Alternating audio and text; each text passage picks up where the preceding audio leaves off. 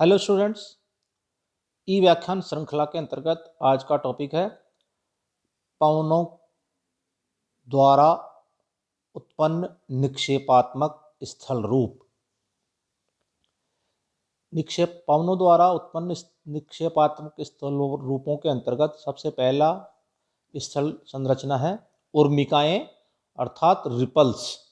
पवनों के बहने से रेतीले मरुस्थलों की सतह पर सागरीय तरंगों की भांति कहीं ऊपर तो कहीं नीचे रेत के जमाव से निर्मित लहरदार चिन्हों को उर्मिकाएं अथवा रिपल्स कहते हैं। दूसरी निक्षेपात्मक आकृति है बालू का कगार, सैंड लीव्स। पवनों की दिशा के समानांतर प्राय 150 फीट ऊंची, 2 मील चौड़ी तथा 100 मील लंबी विस्तृत चपटे शिखर वाली पहाड़ियों को बालू का कगार कहा जाता है। तीसरी निक्षेपात्मक आकृति है बालू का स्तूप अर्थात सैंड ड्यून्स। पवनों द्वारा मार्ग में अवरोध आने पर प्राय क्वार्ट्ज रेत के निक्षेप से निर्मित ऊंचे लगभग 20 मीटर तक ऊंचे एवं कई किलोमीटर लंबे अस्थिर एवं गतिशील टीलों को बालू का स्तूप कहते हैं। बालू का स्तूपों के निर्माण की कुछ आवश्यक दशाएं होती हैं जो निम्न प्रकार हैं। प्रथम, रेत की अधिकता। दूसरी, पवनों का वेग तीव्र हो।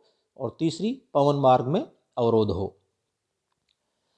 आकार के अनुसार बालू का स्तूपों के प्रमुख प्रकार। प्रथम, अनुदैर्ध्य या पवनानुवर्ती स्तूप, लॉन्गिट्यूडिनल ड्यून्स।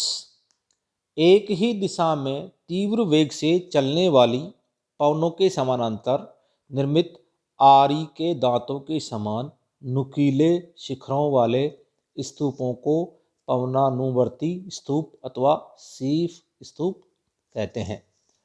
दूसरा, अनुप्रस्थ स्तूप, ट्रांसवर्स ड्यून्स।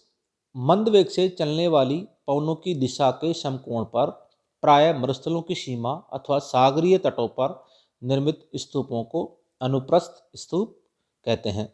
तीसरा प्रकार है बरखान। पवनों की दिशा के समकोण पर रेत के निक्षेप से निर्मित अर्धचंद्राकार नुकीले शिखर वाले लगभग औसतन 300 मीटर ऊंचे टीलों को बरखान अथवा औघड़ कहा जाता है। बरखान की दो बराबर श्रृंखलाओं के मध्य मनुष्यों अथवा पशुओं के कारवा मार्ग को गासी कहा जाता है।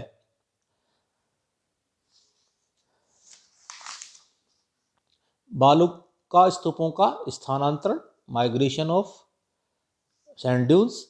जब पवने बालू का स्तूपों के पवनाभिमुखी ढाल अर्थात सम्मुख ढाल से रेत को खिसकाकर शिखर तक ले जाती है तथा वहाँ से यही रेत पवनाभिमुख तीव्र ढाल के सहारे नीचे की ओर सरकती है, तो इसी क्रिया की बार बार पुनरावृत्ति होने के कारण बालू का स्तूप मंद गति से निरंतर आगे की ओर स्थानांतरण करते रहते हैं। निक्षेपात्मक स्थूल रूपों में चौथा है लॉयस।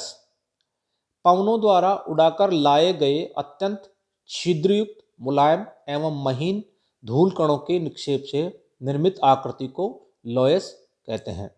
लॉयस में सिल्ट, मृत्तिका, क्वार्ट्ज, फेल्सपार, अब्रक, कैल्साइट इत्यादि खनिज पदार्थ पाए जाते हैं।